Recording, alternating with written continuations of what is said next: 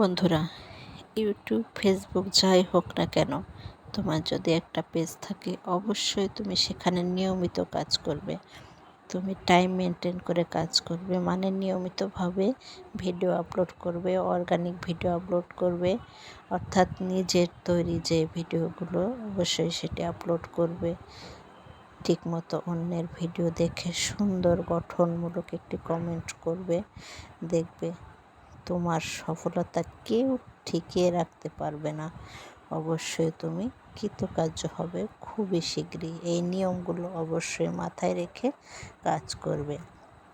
সঠিক গাইডলাইন মেনে কাজ করলে, সঠিকভাবে এগোলে তোমার পরিশ্রমের সফলতা অবশ্যই তুমি একদিন পাবে। আর আজেবাজে কোনো কারো কথায় কান দেবে না। অনেকে হতাশ হয়ে অনেকে পেজ ছেড়ে দিয়েছেন। তুমি এত দূরে কেন সে ভুলটা করবে? কষ্টের ফল তো একদিন পাওয়াই যায়, তাই না? কিন্তু হাল ছেড়ে দিলে কি চলে?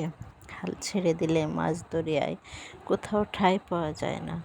আর তুমি এত কষ্ট করে মাঝপথে এসে এভাবে দিশেহারা কেনই বা হবে? তুমি একটু পরিশ্রম করো, একটু মাথা খাটিয়ে, একটু ধৈর্য ধরে সঠিক নিয়মে চলো। দেখবে ইনশাল্লাহ তুমি এখান থেকে ভালো কিছু আর্ন করতে পারবে।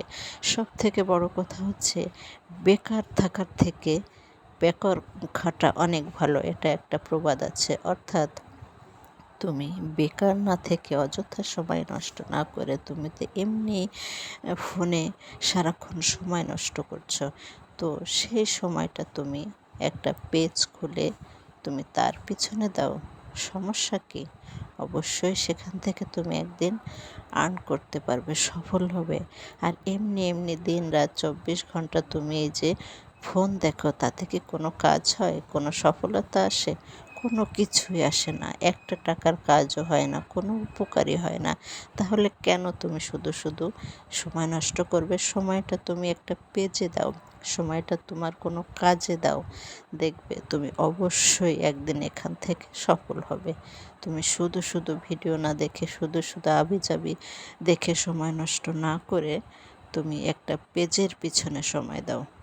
দেখবে একদিন তুমি অবশ্যই সফল হবে, অবশ্যই তুমি একদিন